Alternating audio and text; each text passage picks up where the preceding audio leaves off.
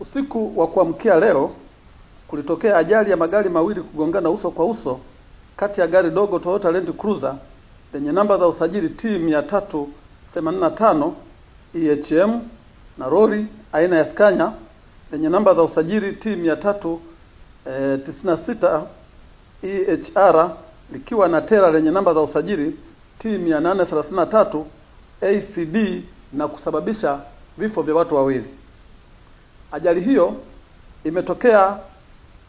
tarehe 13 mwezi wa 4 2025 majira ya saa 7:30 za usiku huko Nyatwali Ndabaka, eneo la hifadhi ya Serengeti, wilaya ya Bunda, mkoa wa Mara, katika barabara ya Mwanza Msoma, ambapo gari namba T 385 EHM Toyota Land Cruiser ikitokea Mwanza kwenda Bunda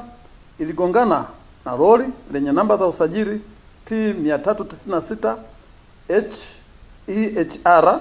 Scania likiwa na tela lenye namba za usajili T833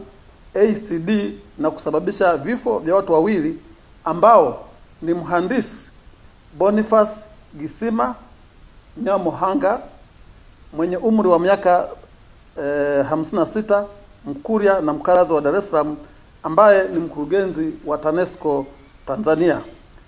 pamoja na dereva wake aitwaye Mhajiri Muhammad Haule mwenye umri wa miaka 61, Mngoni, mkazi wa jiji la Dar es Salaam, waliokuwa katika gari hilo dogo. Uchunguzi wa awali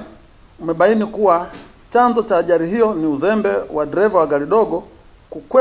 kumkwepa mwendesha baisikeli na kushindwa kulimudu gari lake na hivyo kugongana uso kwa uso na lori alilokuwa anapishana nalo. Dereva